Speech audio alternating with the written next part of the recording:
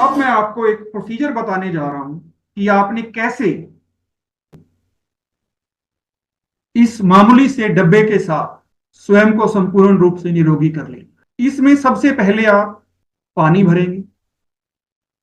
इसके अंदर 1.5 लीटर पानी आता है। शुरुआत आप 500 ml पानी के साथ भी कर सकते हैं, 1 लीटर पानी के साथ भी कर सकते हैं, जिसमें आप कंफर्टेबल हो, जिसमें आप अनीमा सहज रीति से कर पाए, जिसमें आप सहज अनुभव करें। और इसमें आप सिर्फ सादा पानी भरेंगे। जो टैंकी का पानी, उसे कुछ गर्म ठंडा नहीं करना। जो नॉर्मल टेम्परेचर पर पानी आ रहा है वही पानी भरेंगे। उस पानी में कुछ मिलाना नहीं, आपको सिर्फ टैंकी का सादा पानी मिला। अगर आपके टैंकी के पानी का टीडीएस बहुत ज्यादा हो तो आप आरओ का पानी यूज कर सकते हैं। 500-700 टीडीएस तक कोई बात नहीं, कई बार टीडीएस 1000 से ज्यादा होता है, वो थोड़ा नुकसान करता है, तो आप आरओ का पानी इसमें डालिए। आरओ पानी के टीडीएस को 150 से कम कर दो। अब आपने इसमें पानी डाल दिया। ये प्रोसीजर आपने करना है नेचर्स कॉल आने के बाद। अनीमा करने का बेस्ट टाइम है नेचर्स कॉल के तुरंत बाद, क्योंकि आंतों ने जो सफाई अपने आप नेचुरल रूप से करनी है, पहले वो करने दो। उसके बाद जो गंदगी अंदर चिपकी हुई रह गई, उसको निकालने के लिए हम इस अनीमा पोर्ट का यूज करेंगे। वॉशरूम में आप सभी सुबह जाते हैं, नेचुरली जो फ्रेश होते हो वैसे ही होना है। उसके बाद ये प्रोसीजर करना है। इसमें आप पानी भरकर, शुरुआत चाहे आप 500 ml पानी से कीजिएगा, 1/3 से पानी भरकर 3 से 4 फीट की ऊंचाई पर आपने इसे रख दिया। इसके लिए आप चाहे वॉशरूम में एक छोटा सा स्टैंड भी लगवा सकते हैं जो दीवार के साथ लग जाता हो, और वहां आप इसे रख सकते हैं। उसके बाद ये इसकी पाइप है, आपने इसे 3 से 4 फीट की ऊंचाई पर रख दिया। यहां पर भी इसकी टैप अभी लगी हुई है, ये टैप अभी बंद है। ये टैप अभी बंद है इसलिए इसकी इस पाइप से पानी अभी बाहर नहीं आ रहा, क्योंकि यहां से आपने इसकी ये वाली टैप बंद की हुई। फिर आप सरसों का तेल लेंगे। सरसों का तेल आप अपनी उंगली पर लगाएंगे और उसके बाद इसके इस कॉर्नर पर आप सरसों का तेल लगा दें ताकि इसमें चिकनाहट आ जाए। फिर सरसों का तेल उंगली से ही आप अपने मल द्वार के ऊपर भी लगाएंगे ताकि वहां भी चिकनाहट आए। वहां भी चिकनाहट, इस पाइप के ऊपर भी चिकनाहट।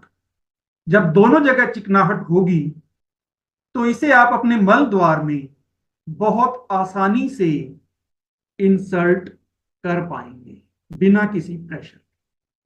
और नेचर्स कॉल आने के 3 से 4 मिनट तक हमारा मल द्वार खुला हुआ हो, जिस वजह से और भी आसानी से ये जो इसकी पाइप है बहुत आसानी से मल द्वार के अंदर चली जाती है। 3-4 मिनट के बाद मल द्वार बंद हो जाता है। ऐसा नहीं है कि उसके बाद आप डाल नहीं सकते, उसके बाद भी आप डाल सकते हैं, कोई दिक्कत नहीं आती।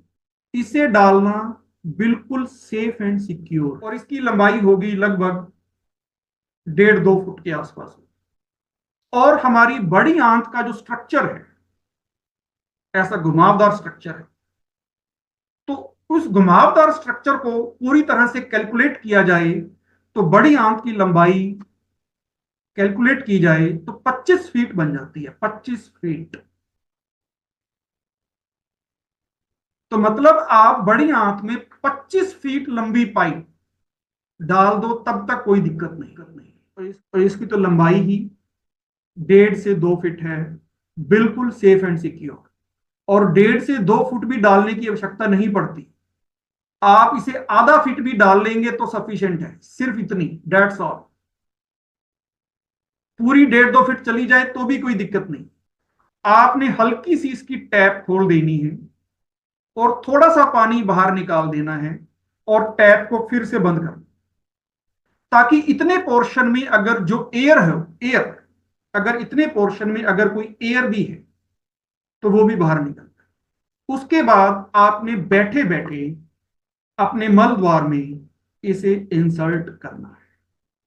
अब पाइप जो है मल द्वार में इंसर्ट करना है और अभी तक ये टैप बंद है, इसमें से पानी बाहर नहीं आ रहा है।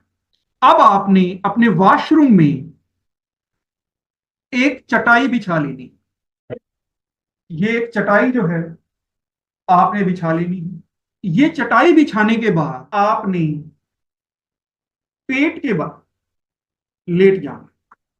ये ध्यान रहे कि ये टैप अभी तक बंद ही है, इसमें से पानी निकलना, पानी बाहर आना अभी शुरू नहीं हुआ है। ये टैप अभी बंद है। चटाई आपने बिछा दी और अब आपने पेट के बल लेट जाना। अब आप पेट के बल लेट गए और आपने अपनी राइट लेग को थोड़ा सा ऊपर कर लेना है और फिर ये टैप खोल लेनी। ये देखो ये ऊपर हो गया। अब ये टैप खुल गई। टैप खुलते ही इसमें से पानी आना, पानी बाहर आना शुरू और बड़ी आंत में ये पानी चढ़ना शुरू हो जाए। आपने उसी पोजीशन में लेटे रहना है, पानी को चढ़ाते रहना और आपने थोड़ा सा टेढ़ा होकर एक आंख इसके ऊपर भी रखनी है कि इसमें कितना पानी बचा है। जब आपको यहां दिखे कि इसका पानी समाप्त हो गया है या बिल्कुल थोड़ा सा रह गया है, तो आपने ये जो पाइप है अपने मल द्वार से बाहर निकाल। अब आप पेट के बल उल्टे लेटे हुए हैं, पानी आपकी आंतों में चढ़ चुका है और अब इसका जो खेल था वो भी खत्म हो। अब आप पेट के बल लेटे हुए हैं, आपने एक टांग ऊपर की थी।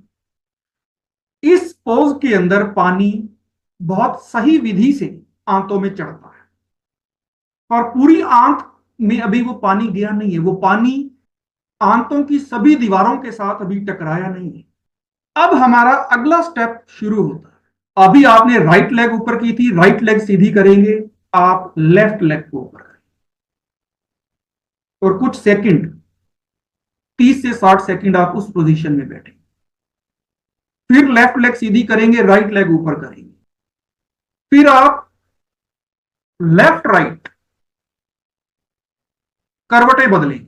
जैसे आप पेट के बल लेटे हुए हो, आपने लेफ्ट को करवट बदलनी है, इस तरफ झुक जाना है। फिर राइट को करवट बदलनी है, फिर इस तरफ झुक जाना है। इस तरह से लेफ्ट राइट करवटें बदल। तो अभी तक आपने ये प्रोसीजर किया है पेट के बल लेटकर। अब आप पीठ के बल लेट जाए।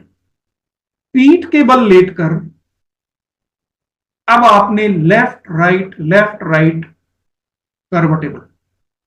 इससे जो पानी आपने चढ़ाया है वो पूरी आंख में घूमेगा, आंख के कोने कोने में जाएगा, हर दीवार से टकराएगा और जहां जहां भी मल होगा या तो उसको उखाड़ लेगा या सॉफ्ट कर देगा। तो वो जो सॉफ्ट हुआ मल है, जब अगली बार आप करेंगे तो उखड़ कर बाहर आ जाए। कुछ मल तो तुरंत बाहर निकलेगा, कुछ सॉफ्ट हो। अलग अलग तरह की पोजीशंस इसकी होती हैं।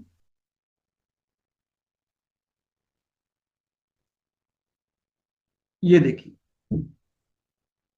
ये अनीमा का लिटरेचर है।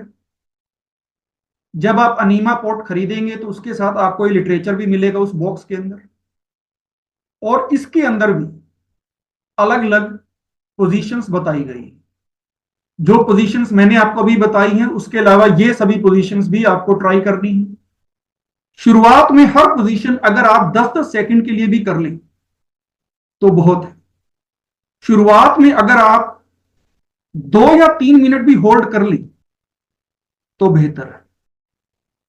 धीरे धीरे अपनी कैपेसिटी बढ़ाते चले। 2 मिनट से 2.5 मिनट, 2.5 मिनट से 3 मिनट, 3 मिनट से 3.25 मिनट, और धीरे धीरे इस पोर्ट के अंदर जो पानी है वो भी बढ़ाते चले, 500 ml से 700 ml, 700 से 1000, 1000 से 1.5 लीटर। ये सभी के सभी पोजीशंस, मैक्सिमम पोजीशंस आपको लेट कर करनी है। जब हम लेट कर करते हैं तो पानी का प्रेशर हमारे मल द्वार पर नहीं पड़ता और हम उसको ज्यादा देर तक होल्ड कर पानी। अगर आप बैठे बैठे ही करेंगे उसके दो नुकसान हैं। एक तो पानी पूरी आंत में चक्कर नहीं लगा पाएगा, सिर्फ भारी पोर्शन पर ही रह जाएगा। दूसरा, आपके मल द्वार के ऊपर प्रेशर पड़ेगा।